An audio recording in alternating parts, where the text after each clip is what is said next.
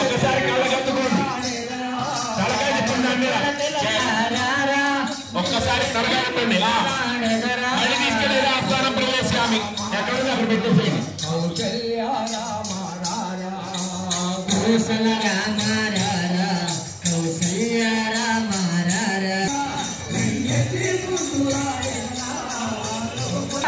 రేపు ఇంకొక విశిష్ట పూజా కార్యక్రమం కలుద్దాం.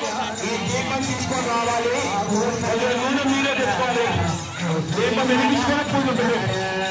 ఇవాళ మామూలుగా దీపం వెలిగించాం, రేపు దీపం వెలిగించి స్థిరాసనం, రేపు దీపం వెలిగించి దీపం చేస్తాం.